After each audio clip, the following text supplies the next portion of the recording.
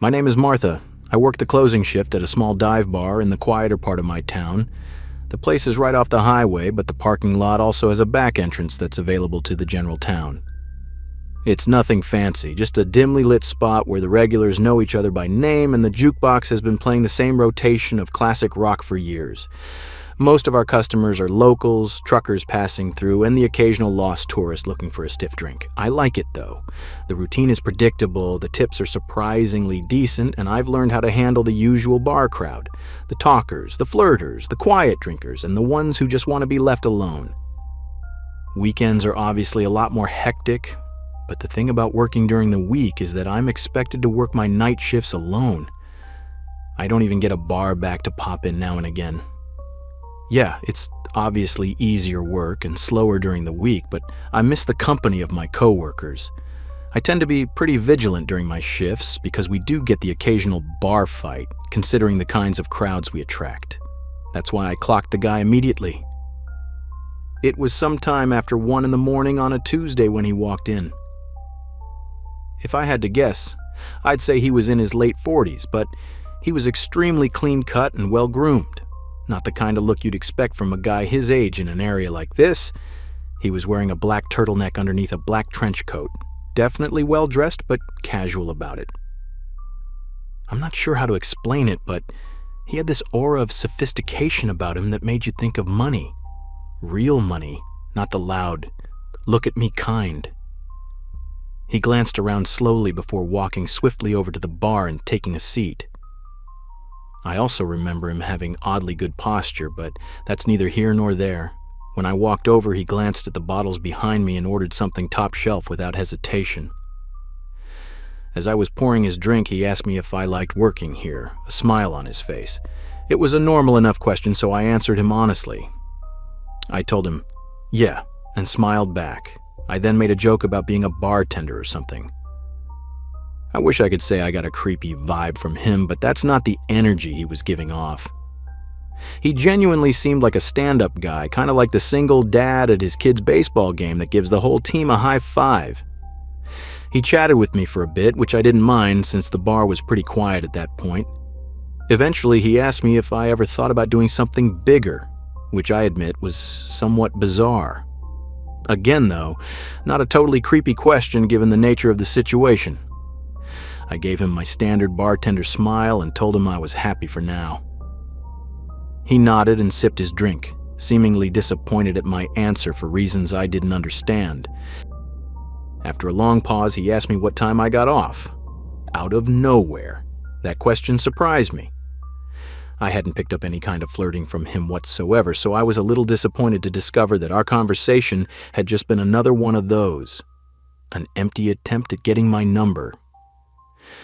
I smiled and gave him a vague answer, trying to brush him off in a friendly way without seeming uptight. Before he could answer, I busied myself by wiping down the counter, but he didn't press. He just smiled, like he already knew. Then he drained his drink, pulled out a crisp $100 bill, and laid it gently on the bar like it was nothing. Without another word, he walked out into the night. I didn't really know what to make of the encounter. I know it sounds like nothing, but his demeanor was just so far off my radar that I was intrigued. Either way, I figured I was never going to see him again and got on with my life. As it would turn out, though, I was wrong. About a week later, he came back, only this time he wasn't alone. There was a woman with him. She drew my attention since I hadn't seen her before. She looked like she was in her mid-30s and was dressed in a way that didn't quite match her age. Trendy, but off, like someone trying a little too hard to blend in with a younger crowd. I watched her closely as the two of them approached the bar. Everything about her seemed calculated, from the way she smiled too easily to the way she leaned against the bar like we were already friends. As I was setting down napkins in front of them, the very first thing she said to me wasn't a hello or a drink order, but a compliment. She put on this overly joyful smile and said, "You're so pretty." Her fingers brushed against my arm as she said it, lingering just a second longer than normal. I laughed and thanked her, but I could instantly tell that something was off about this woman.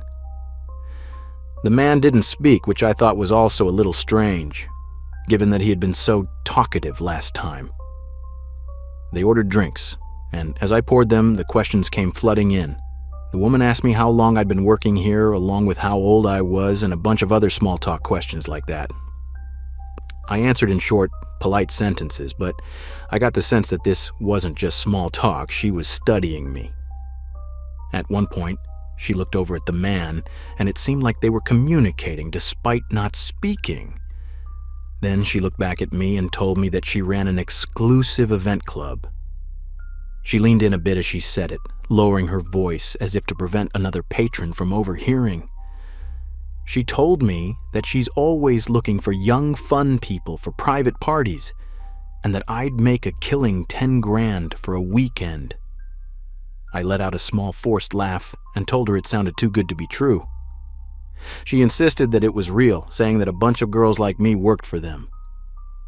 Her smile never faltered for even a moment, which was starting to creep me out. She steered the conversation back to the job, circling around the same words: fun, safe, exclusive. Then casually, she said, "You should step outside for a second. There's someone who can explain it better." My pulse kicked up. I wasn't playing around at that point. I didn't even bother pretending like I wasn't creeped out. "I'm good," I said in a firm voice, no smile on my face this time. Just then, a group of customers walked in, laughing and talking loudly. The woman's expression changed in an instant, her friendly mask slipping just slightly before she turned to the man beside her. Without another word, they left. I'd be lying if I said I wasn't unsettled after that. Those random people had just propositioned me for God knows what.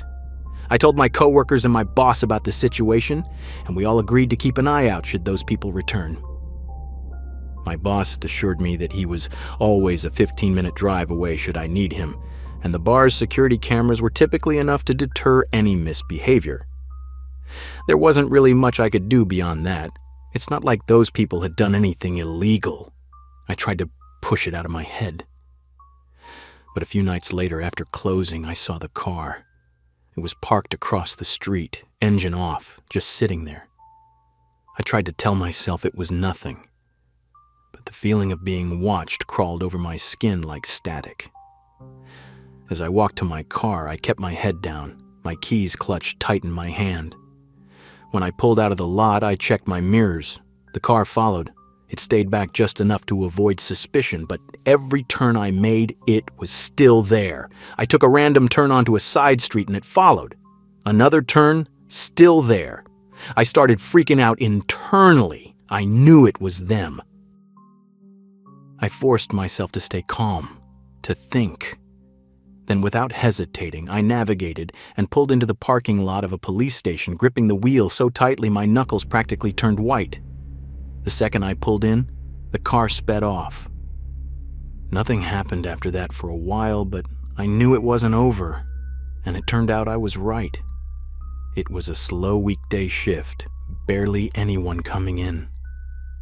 By midnight, I was wiping down the counter, half thinking about closing early when the door creaked open. It was her, the woman. I immediately sent my boss a text as inconspicuously as possible. When I looked back up, she was staring at me with that same artificial smile. Slowly, she walked to the bar and sat down with her hands folded neatly in front of her. I was debating just telling her to leave when she said, "Thought I'd come check on you." My stomach started twisting, but I did my best to hide it. I told her we were about to close and that she had to leave, but she made this pouty face and asked for just one old-fashioned. I thought about denying her, but I figured pouring the drink would stall her long enough for my boss to arrive, so I turned around and got started, trying to keep my cool. And then I heard it, the soft, unmistakable click of the front door shutting. I whipped around. The woman was gone. I felt this awful pit in my stomach as I stepped toward the entrance. Through the glass, I saw it, a black van idling just outside. Without thinking, I locked the door as quickly as I could. Then, metal rattling from the back door, someone was trying to get in. I didn't think. I grabbed the heaviest thing I could, a metal shaker, and clutched it like a weapon as I dialed 911 with my other hand. There was no way the police would get there in time. I thought about making a run for it out the front door, but I didn't. For whatever reason, I was bracing myself for a fight when I saw headlights pulling into the lot. It was my boss. The sounds at the back door suddenly stopped, and a few seconds later, the van peeled out of the lot with a screech. I ran to my boss and told him everything. He said he had caught the van's license plate as it was leaving. When the cops arrived, my boss reviewed the security footage with them. It was worse than I had imagined. Just before the woman left, the cameras had captured two masked figures crouching near the front door, waiting. There was another person in the back, banging on the door with his fist, clearly trying to flush me out to the front. It was downright horrifying. To make matters worse, the plate number my boss had caught turned out to be unregistered. It's been quite a while since the incident, but no progress has been made. The only good news to come out of it is that my boss doesn't make me work alone anymore. Despite that, I'm still extremely uneasy anytime I'm scheduled for a night shift. I still question how they knew I'd be working alone. It doesn't make any sense. Even now, I often think about what would have happened had I given in to fear and run out the front door.